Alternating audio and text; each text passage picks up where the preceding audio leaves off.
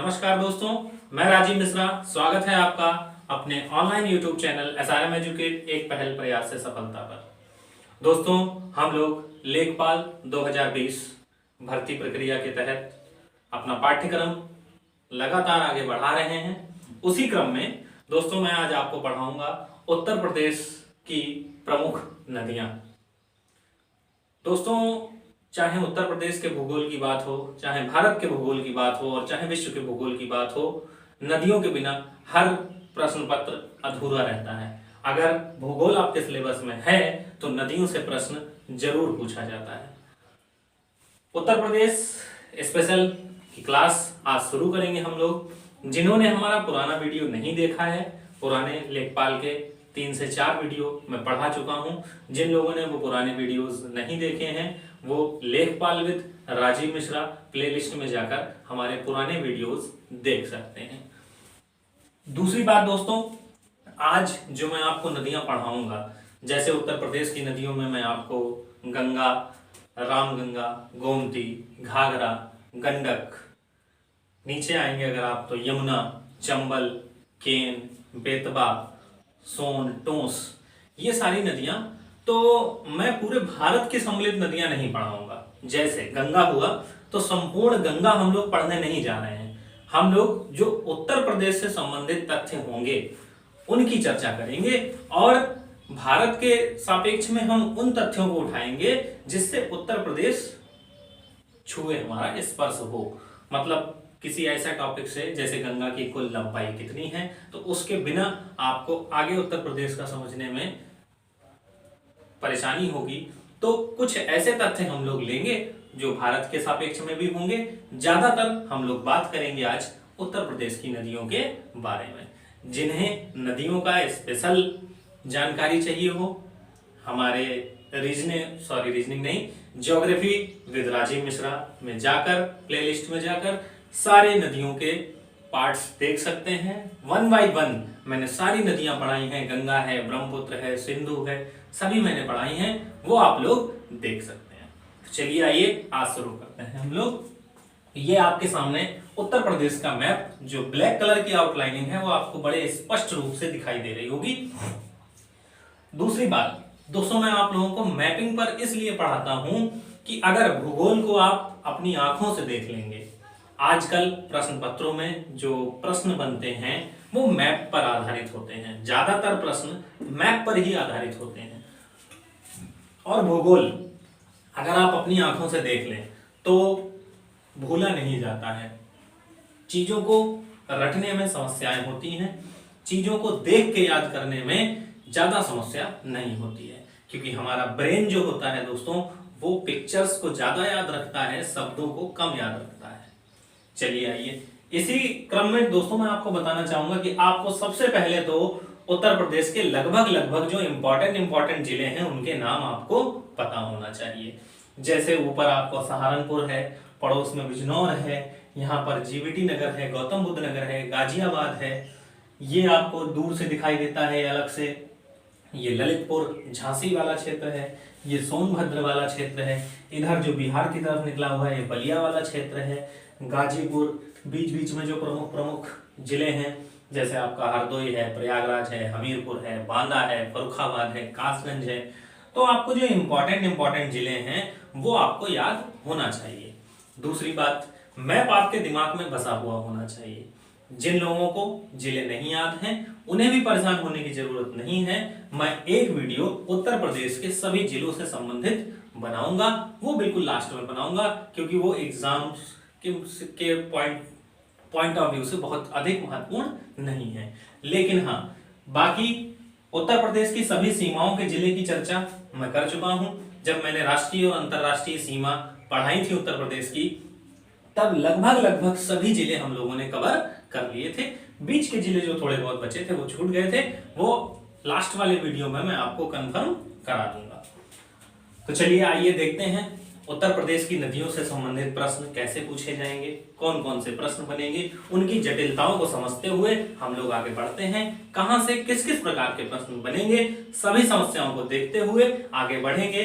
और आशा करता हूं कि अगर आप लोग आशा नहीं दोस्तों, वादा करता हूं कि अगर आप लोग इस वीडियो को पूरा देख लेंगे तो अगर उत्तर प्रदेश की नदियों से प्रश्न आएगा तो आपका प्रश्न नहीं छूटेगा। चलिए, नदियों से क्वेश्चन दोस्तों तीन प्रकार से बनेंगे, आपके 3 या 4 प्रकार से क्वेश्चन बनेंगे। सीधा सीधा आपसे पूछ दिया जाएगा, उद्गम स्थान पूछ दिया जाता है। दूसरा आपसे पूछ दिया जाएगा किन किन राज्यों से होकर गुजरती है, या निम्न में से कौन सी नदी उत्तर प्रदेश राज्य में प्रवाहित नहीं होती है, या निम्न में से कौन से उत्तर प्रदेश राज्य में प्रवाहित होती है। चौथा आपसे पूछा जाएगा कि किस पर कौन सा जलप्रपात, कौन सा डैम बना हुआ है, कौन सा बांध बना हुआ है, इससे प्रश्न पूछ दिया जाता है। या उससे संबंधित जो महत्वपूर्ण नगर होते हैं, जो बसे हुए नगर होते हैं, वो पूछ दिए जाते हैं। जैसे वाराणसी कई बार पूछा गया है, जैसे लखनऊ कई बार पूछा गया है, फैजाबाद कई बार पूछा गया है। तो बसे हुए नगरों से भी प्रश्न पूछ दिया जाता है। और उद्गम स्थान दोस्तों आपको जरूर याद रखने हैं, नदियों के उद्गम स्थान तो आपको रटे होने चाहिए बिल्कुल। चलिए, तो उत्तर प्रदेश की नदियों को पढ़ने से पहले, जैसा कि हमने भारत के सापेक्ष में नदियां जब पढ़ी थी, तब हमने कहा था कि भारत के सापेक्ष में नदियों को 2 भागों में बांट के पढ़ा था हम लोगों ने। पहला हिमालय की नदियां और दूसरा दक्षिण भारत की प्रायद्वीपीय नदियां।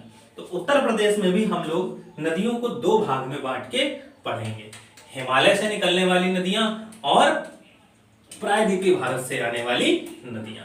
तो हिमालय से आने वाली नदियों में दोस्तों सबसे पहले आपकी आती है गंगा, फिर यमुना, उसके बाद गोमती, रामगंगा, घाघरा, गंडक, ये सारी नदियां आपकी आती हैं। और ये नदियां जो मैंने आपको दोस्तों बताई हैं, ये केवल और केवल उत्तर प्रदेश की नदियां हैं। आज पहले जैसा कि मैंने आपको बताया कि भारत की नदियों की बात हम लोग नहीं करेंगे, हम लोग केवल और केवल उत्तर प्रदेश की नदियों की बात करेंगे। एक बार हमारे साथ मैप समझ लीजिए आप लोग, उसके बाद जो पॉइंट्स आपको इंपॉर्टेंट लगे वो आप लोग अपने नोट्स में नोट डाउन करते जाइएगा। दूसरी बात, जिन जिन चीजों के, जिन जिन वीडियोस के पीडीएफ आपको नहीं दिए हैं, लास्ट में जैसे ही सब खत्म होगा, जैसे मैंने ग्रामीण विकास पढ़ाया था, तो ग्रामीण विकास में अभी 2 वीडियोस के आपको पीडीएफ उपलब्ध नहीं कराए गए हैं। सॉरी, 2 वीडियोस के आपको पीडीएफ उपलब्ध नहीं कराए गए हैं। बाकी उत्तर प्रदेश के सभी पीडीएफ आपको उपलब्ध करा दिए गए हैं।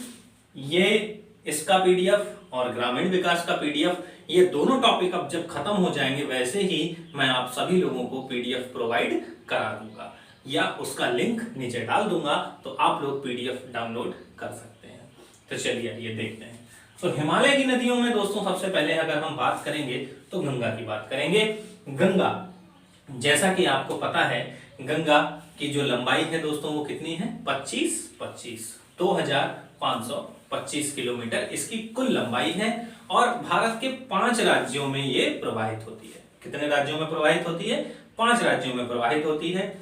उत्तराखंड, उत्तर प्रदेश, बिहार, झारखंड, पश्चिम बंगाल, ये 5 राज्यों में आपकी गंगा नदी प्रवाहित होती है, जिसमें सबसे ज्यादा जो प्रवाहित होती है दोस्तों वो आपके उत्तर प्रदेश में प्रवाहित होती है।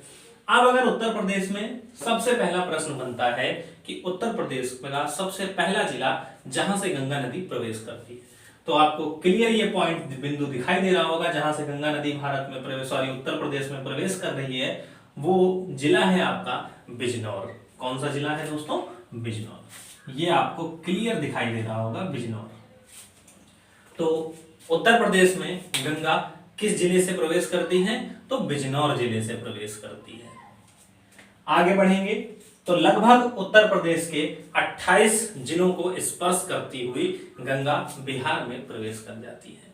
तो उत्तर प्रदेश के कितने जिले हुए दोस्तों? तो उत्तर प्रदेश के 28 जिले, 28 जिलों में दोस्तों गंगा नदी प्रवाहित होती है। अब तीसरा इसमें क्वेश्चन बनता है कि सबसे ज्यादा किस जिले को स्पर्श करती है गंगा, या सबसे ज्यादा किस जिले में प्रवाहित होती है? तो आपका आंसर होगा दोस्तों बदायूं।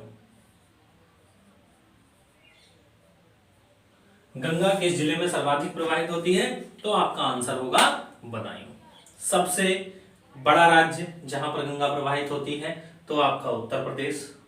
सबसे बड़ा जिला गंगा जिस जिले में सबसे ज्यादा प्रवाहित होती है तो आपका बदायूं। सबसे छोटा राज्य अगर पूछा जाए तो आपका कौन सा होगा दोस्तों? झारखंड। झारखंड का एकमात्र जिला है साहेबगंज, जहां पर गंगा नदी प्रवाहित होती है। बिजनौर, मुजफ्फरनगर, उसके बाद और नीचे आइए कासगंज, फर्रुखाबाद, कन्नौज, कन्नौज के बाद और आगे बढ़ेंगे तो कानपुर, कानपुर के बाद उन्नाव, उन्नाव के बाद इलाहाबाद, गाजीपुर, बनारस, बलिया, और बलिया से होते हुए ये कहाँ निकल जाती है दोस्तों? तो उत्तर प्रदेश के बाहर बिहार में निकल जाती है। तो पहला जिला बिजनौर और अंतिम जिला बलिया। तो गंगा जिस जिले में प्रवेश करती है उस जिले का नाम है बिजनौर, और जिस जिले से उत्तर प्रदेश को छोड़ देती है उस जिले का नाम है बलिया। आशा करता हूं ये 2 पॉइंट आप लोगों के बिल्कुल स्पष्ट रूप से क्लियर हो गए होंगे। अगर समझ में आ गया हो तो जल्दी से कमेंट करके आप लोग यस लिख के बताएं। वैसे इसमें समझने लायक कुछ है नहीं, केवल सुनने लायक है बस। तो बिजनौर पहला जिला और अंतिम जिला कौन सा है दोस्तों? बलिया। बिजनौर से बलिया तक जो यात्रा है गंगा की वो लगभग 1100 किलोमीटर की है। कितने किलोमीटर की है दोस्तों? 1100 किलोमीटर की है। बिजनौर से लेकर बलिया तक, यहां से लेकर यहां तक गंगा की जो यात्रा है उत्तर प्रदेश में वो कितने किलोमीटर की है दोस्तों? तो 1100 किलोमीटर की है।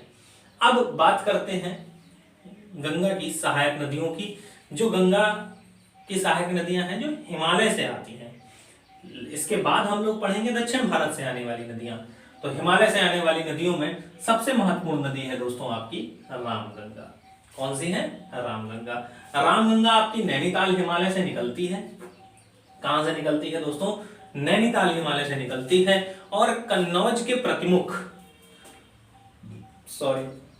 प्रतिमुख का मतलब होता है दोस्तों विपरीत। क्या मतलब होता है? विपरीत। कन्नौज के प्रतिमुख हरदोई वाले क्षेत्र में, राजघाट में गंगा और रामगंगा का मिलन हो जाता है। किनका किनका मिलन होता है दोस्तों? तो गंगा और रामगंगा का मिलन हो जाता है। किस क्षेत्र में? तो हरदोई वाले क्षेत्र में गंगा और रामगंगा का मिलन हो जाता है। और आगे बढ़ेंगे। अच्छा, रामगंगा के बारे में दोस्तों एक इंपॉर्टेंट पॉइंट और नोट कर लीजिएगा आप लोग कि रामगंगा नदी जो है वो जिम कॉर्बेट नेशनल पार्क से होते हुए निकलती है। कहां से निकलती है? Jim Corbett national park.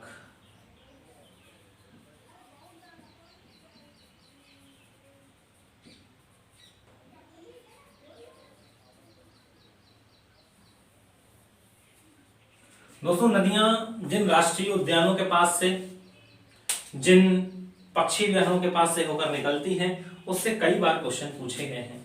जैसे असम मानस पक्षी विहार जो है मानस नदी के किनारे स्थित है, तो ये कई बार क्वेश्चन पूछा गया है। तो रामगंगा आप लोग याद रखेंगे कि रामगंगा कहां से होकर आती है दोस्तों? तो जिम कॉर्बेट नेशनल पार्क से होते हुए आती है। उत्तराखंड में आपका पड़ता है जिम कॉर्बेट नेशनल पार्क, आप लोगों को पता होगा। इसी का नाम है हैली नेशनल पार्क, भारत का पहला राष्ट्रीय उद्यान। जब राष्ट्रीय उद्यानों की मैंने चर्चा करी थी, राष्ट्रीय उद्यान आप लोगों को पढ़ाया है, उसमें मैंने आपको बताया है। सॉरी, राष्ट्रीय उद्यान जब मैं आपको पढ़ाऊंगा तब आपको बताऊंगा। मैंने अभी आपको 18 जैव मंडल आरक्षित क्षेत्र पढ़ा दिए हैं, उसमें मैंने इसकी चर्चा करी थी जिम कॉर्बेट नेशनल पार्क की। तो रामगंगा कहां से होकर आती है दोस्तों? जिम कॉर्बेट नेशनल पार्क से होकर आती है। इसके आगे जब बढ़ेंगे तो दोस्तों एक नदी है, इसकी बहुत महत्वपूर्ण नदी है गोमती। कौन सी नदी है दोस्तों? गोमती। गोमती का जो उद्गम है दोस्तों वो पीलीभीत से होता है। कहां से होता है? पीलीभीत से होता है। पीलीभीत, जैसा कि आपको मैंने बताया था राष्ट्रीय तथा अंतरराष्ट्रीय सीमा में उत्तर प्रदेश वाले वीडियो में, कि पीलीभीत उत्तर प्रदेश का एक ऐसा जिला है जो राष्ट्रीय तथा अंतरराष्ट्रीय दोनों सीमाएं बनाता है। पीलीभीत आपका उत्तराखंड से भी सीमा बनाता है और पीलीभीत आपका नेपाल से भी सीमा बनाता है। तो राष्ट्रीय और अंतरराष्ट्रीय दोनों सीमाएं बनाने वाला यह जिला है आपका पीलीभीत। जिन्होंने मेरा राष्ट्रीय और अंतरराष्ट्रीय वीडियो नहीं देखा है वो लोग इस वीडियो को हमारे प्लेलिस्ट में जाकर, लेखपाल विद राजीव मिश्रा प्लेलिस्ट में जाकर पुराने सारे वीडियोस देख सकते हैं जो लेखपाल से ही संबंधित होंगे।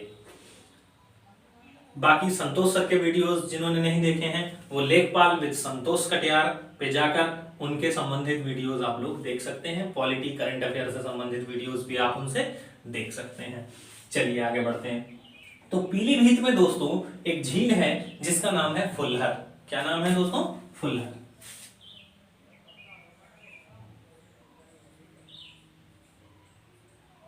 फुल्लर झील से ये निकलती है, या इसी को कहा जाता है गोमत ताल। क्या कहा जाता है? गोमत ताल कहा जाता है। आगे जाकर ये गाजीपुर के समीप गंगा से मिल जाती है। तो कहां पर मिलती है दोस्तों? गाजीपुर में। ये मिलन बिंदु आपको याद रखने हैं, या इसको आप संगम भी कह सकते हैं। रामगंगा का संगम कहां होता है दोस्तों? तो हरदोई में होता है। गोमती का संगम कहां होता है दोस्तों? तो गाजीपुर में होता है। इसके बाद और आगे बढ़ेंगे तो घाघरा नदी है आपकी, काफी चौड़े घाट वाली नदी है। घाघरा नदी का उद्गम दोस्तों आप लोग जल्दी से कमेंट करके बताएं। जो मेरे स्टूडेंट्स हैं जिन्होंने वीडियोस देखे होंगे वो बता सकते हैं। घाघरा नदी मैंने बहुत विस्तृत रूप से पढ़ाई थी आपको। घाघरा नदी का उद्गम कहां पर होता है? जल्दी से कमेंट करके आप लोग बताएं।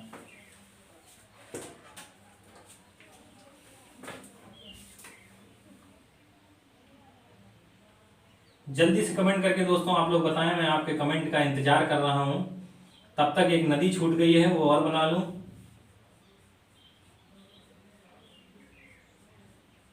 जी हाँ, कई लोगों का सही कमेंट आया है।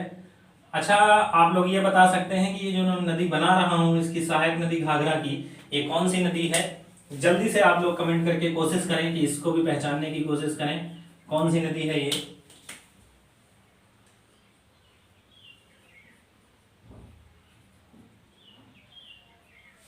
दोस्तों ये सब आप लोगों के लिए बना बना के इसलिए रख लेते हैं ताकि आपका टाइम वेस्ट ना हो। अब इतना अच्छे से रच रच के रुचिकर रूप से आपके सामने बनाएंगे तो 1 घंटा तो आपका इसी में बर्बाद हो जाएगा। इसलिए पहले से ही आपका बना के रख लेते हैं। दरअसल कई लोगों को लगता होगा कि गुरुजी नकल करके पढ़ा रहे हैं, तो ये हमारे स्टूडेंट्स अच्छे रूप से जानते हैं। क्लास जिन्होंने मेरी ली है वो लोग अच्छे से जानते हैं। ये मैं आपका इसलिए करके रखता हूं ताकि आपका टाइम वेस्ट ना हो, केवल आप पेपर ओरिएंटेड, सब्जेक्ट ओरिएंटेड पढ़ सकें। चलिए, तो ये जो दोस्तों मैंने आपकी नदी बनाई है, ये नदी आपकी है राप्ती। कौन सी नदी है? राप्ती। घाघरा नदी का उद्गम दोस्तों मापचा चुंग ग्लेशियर से होता है। कहां से होता है? मापचा चुंग ग्लेशियर से होता है। घाघरा की एक सहायक नदी है दोस्तों जिसका नाम है शारदा। क्या नाम है दोस्तों? शारदा। इसको मिटा दूं। घाघरा की एक सहायक नदी है दोस्तों जिसका नाम है शारदा। शारदा नेपाल से होते हुए उत्तर प्रदेश में आती है, और उत्तर प्रदेश का जो पहला जिला है जहां पर प्रवेश करती है शारदा, उसका नाम है दोस्तों पीलीभीत।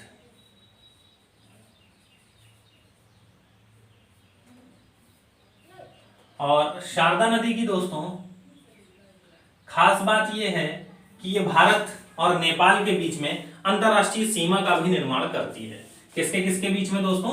भारत और नेपाल। भारत और नेपाल के बीच में शारदा नदी अंतरराष्ट्रीय सीमा का निर्धारण भी करती है।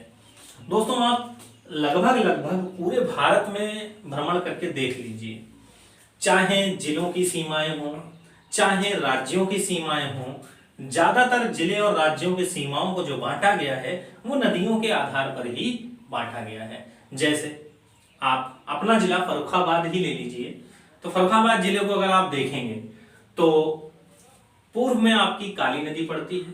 काली नदी के पार जब आप जाएंगे तो कन्नौज, काली नदी के इस क्षेत्र में रहेंगे तो आपका फर्रुखाबाद। पश्चिम में जब आप निकलेंगे तब भी काली नदी पड़ती है। काली नदी के उस पार मैनपुरी, काली नदी के इस पार फर्रुखाबाद।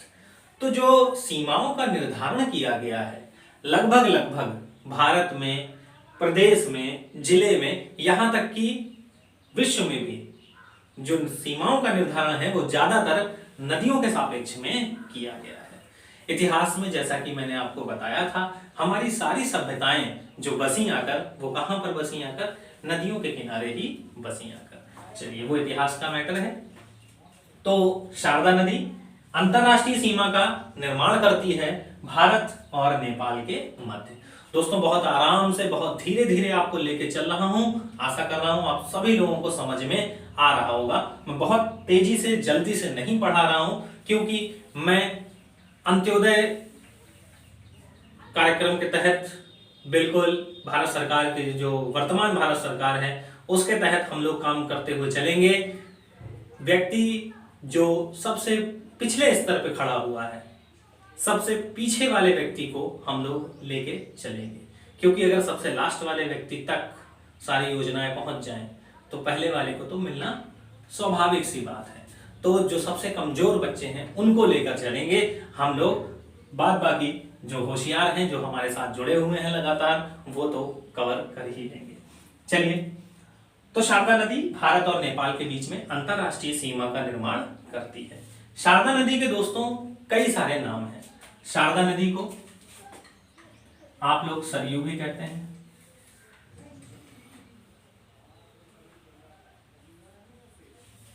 क्या कहते हैं, सरयू भी कहते हैं, काली नदी भी कहते हैं, इसी को गौरी गंगा भी कहा जाता है। क्या कहा जाता है? सरयू, काली, शारदा और गौरी गंगा। तो ये कुछ इसके नाम हैं, उपनाम हैं, सरयू, काली, गौरी गंगा और शारदा।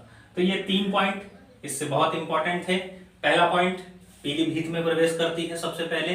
दूसरा पॉइंट, भारत और नेपाल के बीच में अंतरराष्ट्रीय सीमा का निर्धारण करती है। भारत और नेपाल के बीच में अंतरराष्ट्रीय सीमा का निर्धारण करती है। तीसरा पॉइंट, इसके कई सारे नाम हैं, सरयू नदी, काली नदी, गौरी गंगा। ये जहां से निकलती है वहां इसका नाम है दोस्तों शारदा। नेपाल की सीमा पर भी इसको शारदा कहा जाता है। उत्तराखंड में इसको, जो पूर्णागिरि वाला स्थल है, वहां पर गौरी गंगा कहा जाता है। जैसे ही और आगे बढ़ती है, उत्तर प्रदेश में आती है, पीलीभीत वाले क्षेत्र में इसको काली नदी कहा जाता है। और जैसे ही ये सीतापुर में प्रवेश करती है तो इसका नाम सरयू हो जाता है। और आगे जाके बहराइच में ये मिल जाती है, जाके किससे, घाघरा नदी से मिल जाती है। कहां पर मिलती है दोस्तों? तो बहराइच में मिलती है, और बहराइच के बहराम घाट में मिलती है। कहां पर मिलती है? बहराम घाट में।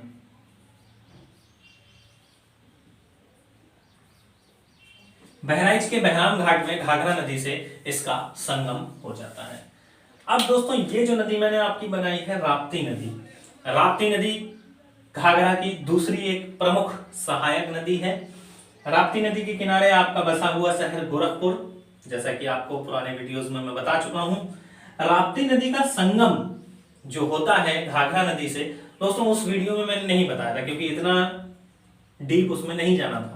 अब हम उत्तर प्रदेश की बात कर रहे हैं, तो उत्तर प्रदेश में हमें यह भी जानना जरूरी है कि राप्ती नदी घाघरा से कहां पर मिलती है। तो राप्ती नदी और घाघरा नदी का जो संगम होता है दोस्तों, वो कहां पर होता है? देवरिया नामक एक जिला है उत्तर प्रदेश का, पूर्वी जिला है, वहां पर इसका क्या होता है? संगम होता है। किससे? घाघरा नदी से। तो 2 सहायक नदियां इसकी हुई, शारदा नदी और राप्ती नदी। शारदा नदी का संगम बहराइच में होता है और राप्ती नदी का संगम देवरिया में होता है। इसके बाद ये नदी निकल जाती है कहां? बिहार में निकल जाती है। और शारदा नहीं, घाघरा नदी का बिहार में जो गंगा से संगम होता है वो छपरा नामक स्थान पर होता है।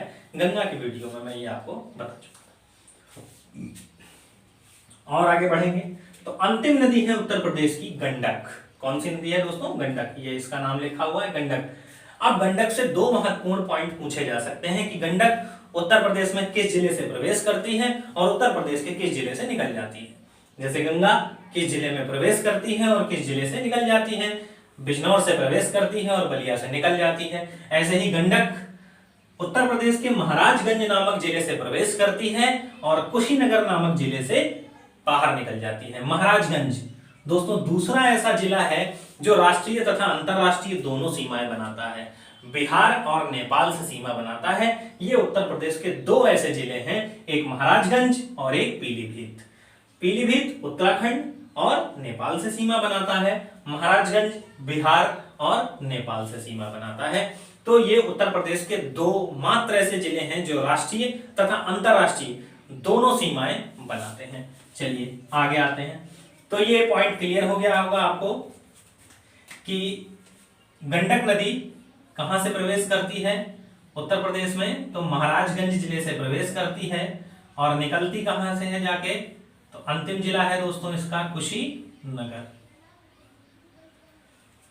गंडक नदी के बारे में दोस्तों कई बार ये क्वेश्चन पूछा गया है, आप लोग नोट करिएगा। गंडक नदी जो दोस्तों है हमारी, वो उत्तर प्रदेश और बिहार की सीमा का निर्धारण करती है।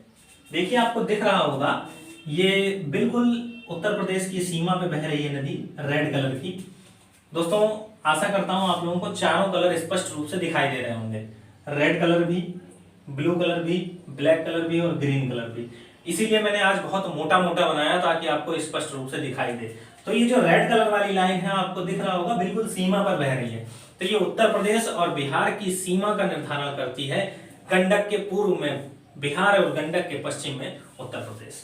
तो उत्तर प्रदेश और बिहार की सीमा पर बहने वाली नदी कौन सी है दोस्तों, तो गंडक नदी। एक और नदी है दोस्तों जो उत्तर प्रदेश और बिहार की सीमा का निर्धारण करती है। जल्दी से कमेंट करके आप लोग बताएं कि उत्तर प्रदेश और बिहार की सीमा का निर्धारण कौन सी नदी करती है। जल्दी से कमेंट करके बताएं दोस्तों आप लोग। कई बार एग्जाम्स में पूछी गई है वो नदी, उत्तर प्रदेश और बिहार की सीमा का निर्धारण करने वाली नदी। तो दोस्तों ये नदी है कर्मनासा।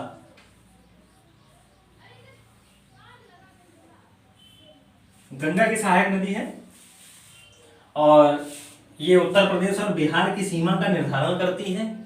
और कर्मनासा पौराणिक रूप में इस नदी का बहुत अधिक महत्व नहीं है।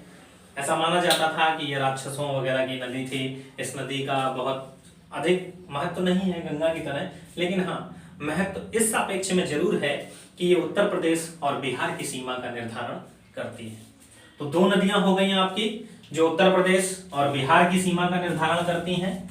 कौन कौन सी दो नदियां हो गई, एक आपकी गंडक और एक आपकी कर्मनासा। ये दो नदियां आपको याद रखनी है। ये किसकी सीमा का निर्धारण करती हैं दोस्तों, दोनों नदियां, यूपी और बिहार। आप सभी लोगों को अच्छे से समझ में आ रहा होगा। आ रहा है तो जल्दी से कमेंट करके मुझे बताइए कि हाँ सभी के समझ में आ रहा है। और अगर समझ में आ रहा हो तो प्यारे प्यारे लाइक और प्यारे प्यारे कमेंट करते रहिए और ज्यादा से ज्यादा लोगों को जोड़िए। आज की क्लास आपके लिए बहुत इंपॉर्टेंट साबित होने वाली है। तो दो नदियां उत्तर प्रदेश और बिहार की सीमा का निर्धारण करती हैं। वो दो नदियां कौन कौन सी हैं दोस्तों, आपकी गंडक और कर्मनासा। अब दोस्तों बात करते हैं हम लोग दक्षिण भारत से आने वाली, हिमालय से आने वाली एक और नदी। इसके बाद बात करेंगे हम लोग बाकी नदियां जो दक्षिण भारत से आती हैं या प्रायद्वीपीय भारत से आती हैं। तो हिमालय से एक अंतिम नदी बची है दोस्तों जिसका नाम है यमुना। क्या नाम है दोस्तों, यमुना। साथ में आप लोग नोट करते चलिएगा, बार बार कह रहा हूं, पेन पेंसिल कलम कॉपी लेकर बैठिए। जो आपको पॉइंट्स इंपॉर्टेंट लगे आप लोग नोट करते जाइए। स्क्रीनशॉट लेके इसका एक बार आप लोग फोटो ले लीजिए। नहीं भी फोटो लेते हैं तो मैं आपको बाद में पीडीएफ भेज दूंगा। तो यमुना नदी की अगर दोस्तों हम लोग बात करें तो यमुना नदी का उद्गम आप लोगों को पता होगा, यमुनोत्री, चोटी का नाम है बंदरपूंछ। अब अगर यमुना की बात करी जाए तो यमुना का पहला जिला जहां से यमुना उत्तर प्रदेश में प्रवेश करती है तो वो जिला है दोस्तों हमारा सहारनपुर। कौन सा जिला है, सहारनपुर। गंगा का था बिजनौर और यमुना का है सहारनपुर। ऐसे करके दोस्तों दोनों नदियां आती हैं। कुछ कुछ नदियां दोस्तों छूट गई हैं, वो मैं आपकी बनाए दे रहा हूं धीरे धीरे, परेशान होने की जरूरत नहीं है। यमुना नदी दोस्तों आप लोगों को स्पष्ट रूप से दिखाई दे रहा होगा। जो ब्लू कलर वाला नदी मैंने आपको बनाई है, मुख्य नदियां मैंने ब्लू कलर से बनाई हैं, सहायक नदियां मैंने रेड कलर से बनाई हैं और सहायक नदियों की सहायक नदियां मैंने ग्रीन कलर से बनाई हैं। चलिए, तो ये नदी जो दोस्तों आपकी मैंने बनाई है, ये नदी है आपकी हिंडन,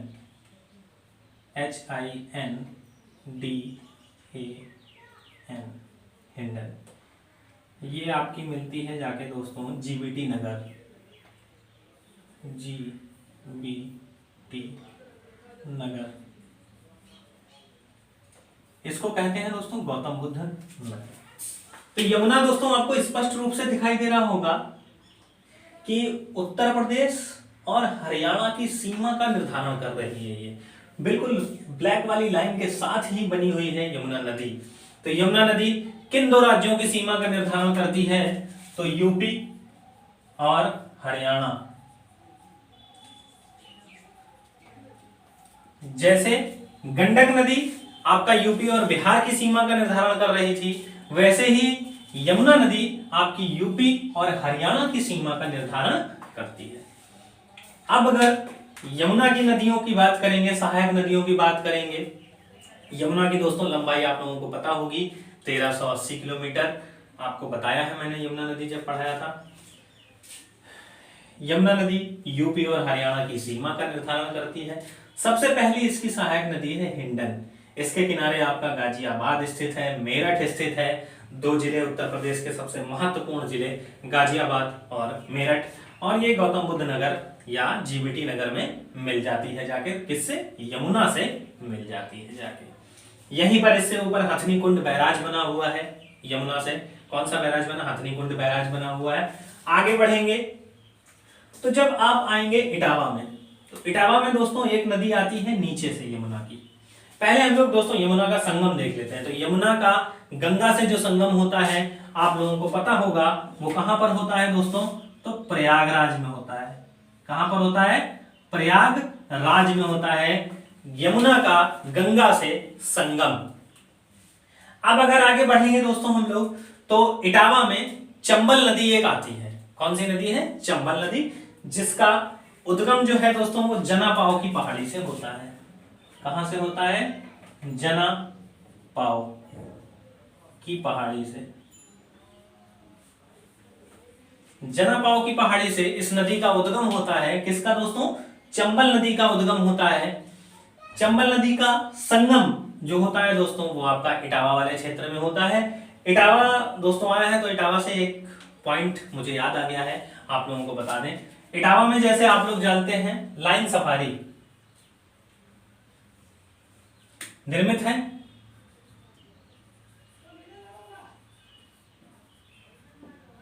लाइन सफारी कहां पर है दोस्तों? तो इटावा में है। ये सभी को पता होगा। नेक्स्ट पॉइंट जो आपको बताने जा रहा हूं, नोट कर लीजिएगा। बब्बर शेर प्रजनन केंद्र। बब्बर शेर प्रजनन केंद्र यहां पर खुलने जा रहा है दोस्तों। बब्बर शेर प्रजनन केंद्र कहां पर खुलने जा रहा है दोस्तों? तो इटावा के लाइन सफारी में। लाइन सफारी आपको जैसा याद होगा, लाइन सफारी और लाइन फरारी दोनों अलग अलग हैं दोस्तों, याद रखिएगा। यूपी पुलिस में क्वेश्चन आ चुका है एक बार। तो लाइन सफारी आपका इटावा में है। यहीं पर बब्बर शेर प्रजनन केंद्र खोला गया है। कौन सा केंद्र है? बब्बर शेर प्रजनन केंद्र। बब्बर शेरों का प्रजनन यहां पर कराया जाएगा। तो इटावा में आपकी दोस्तों चंबल नदी का संगम हो जाता है। किससे? यमुना से। चंबल की और सहायक नदियां हैं दोस्तों, उधर बनास है, धमास है, ये सारी नदियां हैं, वो हम लोगों को नहीं पढ़नी है। हम लोग आज उत्तर प्रदेश की नदियां पढ़ रहे हैं, जैसा कि मैं आपको पहले बता चुका हूं। इसके बाद आप आगे बढ़ेंगे तो बेतवा नदी। बेतवा नदी दोस्तों आपका ललितपुर और झांसी से होते हुए, और यमुना में इसका जो संगम होता है दोस्तों वो हमीरपुर में होता है जाकर। कहां पर होता है? तो हमीरपुर में होता है जाके। ये दोस्तों जो संगम वाले पॉइंट हैं ये आपको याद रखना बहुत जरूरी है। अब अगर बात करेंगे केन, तो केन नदी का संगम जो होता है दोस्तों वो आपका यमुना में बांदा जिले में होता है। कहां पर होता है? बांदा जिले में होता है। इसके आगे बढ़ेंगे तो एक नदी है बहुत महत्वपूर्ण जिसका नाम है टोंस। क्या नाम है दोस्तों? टोंस। इसका संगम प्रयागराज में होता है, और प्रयागराज में इसका संगम होता है दोस्तों सिरसा में। इलाहाबाद में एक जगह पड़ती है दोस्तों जिसका नाम है सिरसा। सिरसा में टोंस नदी का संगम हो जाता है। झूसी प्रयागराज के आगे वाला इलाका है सिरसा। अब इसके आगे बढ़ेंगे तो एक बहुत महत्वपूर्ण नदी है जिसका नाम है सोन।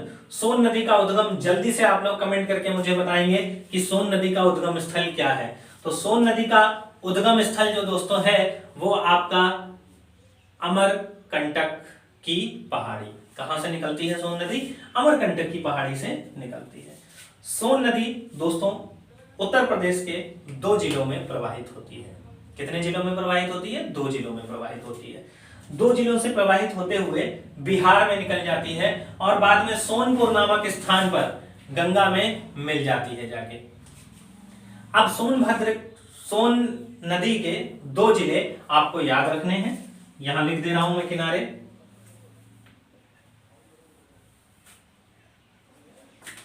सोन से सोनभद्र याद ही रहेगा आपको, और मिर्जापुर। 2 जिलों में ये सोन नदी प्रवाहित होती है आपकी। कौन सी नदी प्रवाहित होती है दोस्तों? तो सोन नदी प्रवाहित होती है आपके 2 जिलों में, सोनभद्र और मिर्जापुर। सोन की एक सहायक नदी है दोस्तों रिहंद। कौन सी है? रिहंद। और ये जितनी नदियां हैं लगभग दक्षिण भारत की प्रायद्वीपीय नदियां हैं, ये सब विंध्यन रेंज से निकलती हैं। कहां से निकलती हैं? विंध्यन रेंज से निकलती हैं। सोन नदी जो आपकी है ये सतपुड़ा से निकलती है। कहां से निकलती है? सतपुड़ा। सतपुड़ा की एक चोटी है अमरकंटक, वहां से निकलती है। तो रिहंद नदी रिहंद नदी का संगम जो होता है सोन नदी से, वो सोनभद्र में होता है। कहां पर होता है? सोनभद्र में होता है। रिहंद नदी पर ही रिहंद बांध का निर्माण किया गया है। किसका निर्माण किया गया है दोस्तों? रिहंद बांध का निर्माण किया गया है, जिसके बारे में एक बार फिर से देख लीजिए आप लोग। ये जीबीटी नगर दोस्तों यहां लिख दे रहा हूं मैं आपका।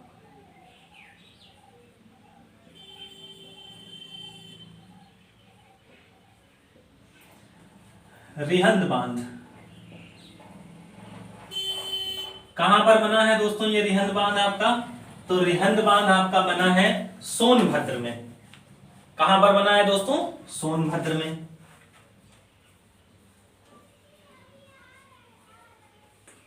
सोनभद्र में कहां पर बना है? तो सोनभद्र के पिपरी नामक स्थान पर बना है। कहां पर बना है दोस्तों? सोनभद्र के पिपरी नामक स्थान पर रिहंद बांध परियोजना क्रियान्वित है, जो यूपी, मध्य प्रदेश और छत्तीसगढ़ की संयुक्त परियोजना है। सोनभद्र आपको पता है 4 राज्यों से सीमा बनाता है, मध्य प्रदेश, छत्तीसगढ़, झारखंड और बिहार। ये बताया था मैंने आपको।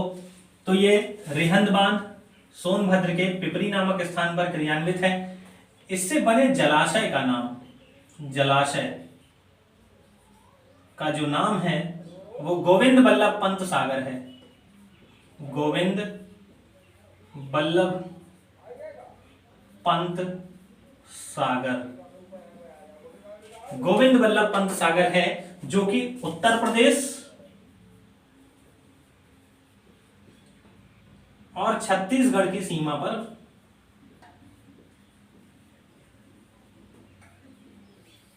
पड़ता है।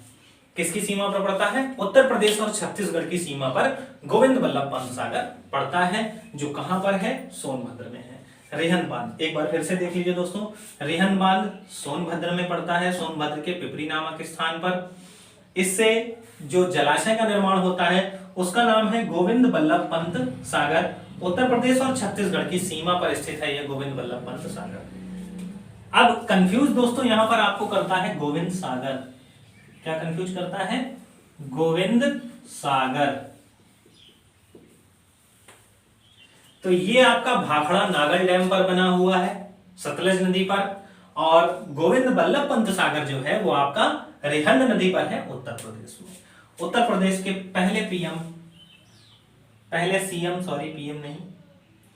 सीएम जिनका नाम है गोविंद बल्लभ पंत, उन्हीं के नाम पर इस जलाशय का नाम रखा गया गोविंद बल्लभ पंत सागर। आशा करता हूं इतना आपको बहुत अच्छे से समझ में आ गया होगा।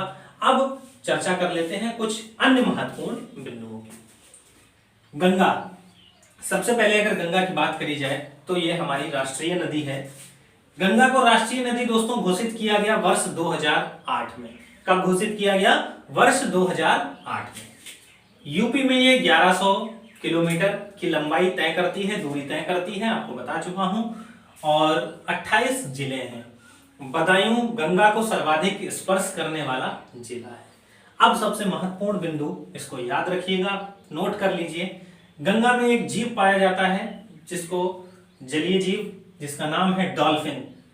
इस डॉल्फिन का नाम क्या है दोस्तों, ये आपको बताना है। जल्दी से कमेंट करके आप लोग नाम बताएं कि गंगा में जो जलीय जीव है डॉल्फिन, उस डॉल्फिन का नाम क्या है। तो इस डॉल्फिन का नाम है दोस्तों शुशु। शुशु, डॉल्फिन का नाम क्या है दोस्तों, शुशु। ब्राजील में जो अमेजन नदी है उसमें जो डॉल्फिन पाई जाती है उसका नाम है दोस्तों बीटो। चाइना की जो यांगटीसी कियांग नदी है उसमें जो डॉल्फिन पाई जाती है उसका नाम है दोस्तों फूला। तो ये तीनों डॉल्फिन्स के नाम आपको याद रखने हैं। हो सकता है भविष्य में आने वाली परीक्षाओं में, आगामी परीक्षाओं में ये प्रश्न बन सकता है। तो भारत में जो गंगा में जलीय जीव डॉल्फिन पाया जाता है उसका नाम क्या है, शुशु। ब्राजील की जो अमेजन नदी में डॉल्फिन पाई जाती है उसका नाम है बीटो। चीन की यांगटीसी कियांग नदी में जो डॉल्फिन पाई जाती है उसका नाम है फूला। अब गंगा में दोस्तों एक बैक्टीरिया पाया जाता है, बैक्टीरियोफेप्स, उसका नाम है टीटू। मेरा ही नाम है टीटू, मेरे ही नाम से इस बैक्टीरिया का नाम है टीटू, जो गंगा को स्वतः स्वच्छ होने में सहायता करता है। ऐसा माना जाता है कि गंगा अपना जल अपने आप स्वच्छ कर लेती है। जैसा कि आपने इस समय लॉकडाउन में देखा होगा, अभी एक हफ्ते पहले हरिद्वार से एक न्यूज आई है कि गंगा स्वच्छता के अपने सदियों के स्तर को पार कर चुकी है। गंगा इस टाइम इतनी स्वच्छ है, ऐसी लगभग 100 वर्ष पहले, 200-300 वर्ष पहले इतनी स्वच्छ हुआ करती थी। तो ये गंगा में खुद में क्वालिटी है, इसमें टीटू नामक बैक्टीरियोफेप्स एक बैक्टीरिया पाया जाता है जो अपने आप गंगा के पानी को स्वच्छ कर लेता है। इसी क्वालिटी के कारण गंगा की कई सारी धार्मिक मान्यताएं हैं। आगे बढ़ते हैं दोस्तों। हमारे यहाँ 2 एक्सप्रेसवे हैं, जैसा कि आपको पता होगा, गंगा एक्सप्रेसवे और यमुना एक्सप्रेसवे। गंगा नदी के नाम पर गंगा एक्सप्रेसवे और यमुना नदी के नाम पर यमुना एक्सप्रेसवे, दोनों नोएडा से शुरू होते हैं। गंगा एक्सप्रेसवे जो आपका नोएडा से शुरू होकर बलिया तक जाता है, नोएडा से शुरू होकर बलिया तक जाएगा, और यमुना एक्सप्रेसवे नोएडा से शुरू होकर आगरा तक जाता है। तो ये दोनों एक्सप्रेसवे आपको याद रखने हैं। गंगा एक्सप्रेसवे, गंगा कहां तक जाती है, बलिया तक, तो नोएडा से बलिया तक। बहुत ज्यादा रॉकेट साइंस नहीं है इसको याद करने में। दिल्ली से बलिया तक याद रखना, गंगा बलिया तक जाती है। और यमुना एक्सप्रेसवे तो नोएडा से लेकर आगरा तक, यमुना नदी के किनारे बसा हुआ क्षेत्र आगरा। अब बात करें तो कुछ महत्वपूर्ण डैम्स की बात कर लेते हैं। बेतवा नदी पे जो एक डैम है उसका नाम है माता टीला। राजघाट बांध, ये बहुत महत्वपूर्ण 2 बांध है। माता टीला जिसमें से कई बार एग्जाम्स में दोस्तों पूछा गया है। एक डैम है दोस्तों झांसी में जिसका नाम है सुकमा ढुकमा डैम। क्या नाम है दोस्तों, सुकमा ढुकमा डैम। कहां पर है, बेतवा नदी पर स्थित है। अब बात करें चंबल नदी में, तो चंबल नदी में दोस्तों 3 बांध हैं। तीनों बांध के नाम आपको याद रखने हैं, 2 मध्य प्रदेश में और 1 राजस्थान में। गांधी सागर बांध और जवाहर सागर बांध, ये दोनों आपके कहां पर है, मध्य प्रदेश में। और राणा प्रताप सागर बांध ये आपका राजस्थान में है। तो गांधी सागर, जवाहर सागर और राणा प्रताप सागर कई बार एग्जाम्स में पूछा गया है। लास्ट आपका एक जलप्रपात इस पर स्थित है चंबल नदी पर, जिसका नाम है चुलिया जलप्रपात। तो ये था दोस्तों आज उत्तर प्रदेश की लगभग सभी नदियों के बारे में मैंने आपको चर्चा करी है। आशा करता हूं कि आप लोगों को वीडियो बहुत अच्छे से समझ में आया होगा। और अगर दोस्तों वीडियो आपको अच्छा लग रहा है, अच्छा लगा, ज्ञानवर्धक आपको लगा हो, आपको ऐसा लगा हो कि हाँ इस वीडियो से मुझे बहुत सारी जानकारियां मिली, तो प्लीज वीडियो को शेयर जरूर करिएगा। ज्यादा से ज्यादा आप लोग इसको शेयर करिए, लाइक करिए और हमारे चैनल के परिवार को, SRM एजुकेट परिवार को जितना ज्यादा बड़ा हो सके उतना ज्यादा बढ़ाएं। इसी के साथ मैं आपसे विदा लेता हूं। नमस्कार, जय हिंद, जय भारत, जय श्री कृष्ण।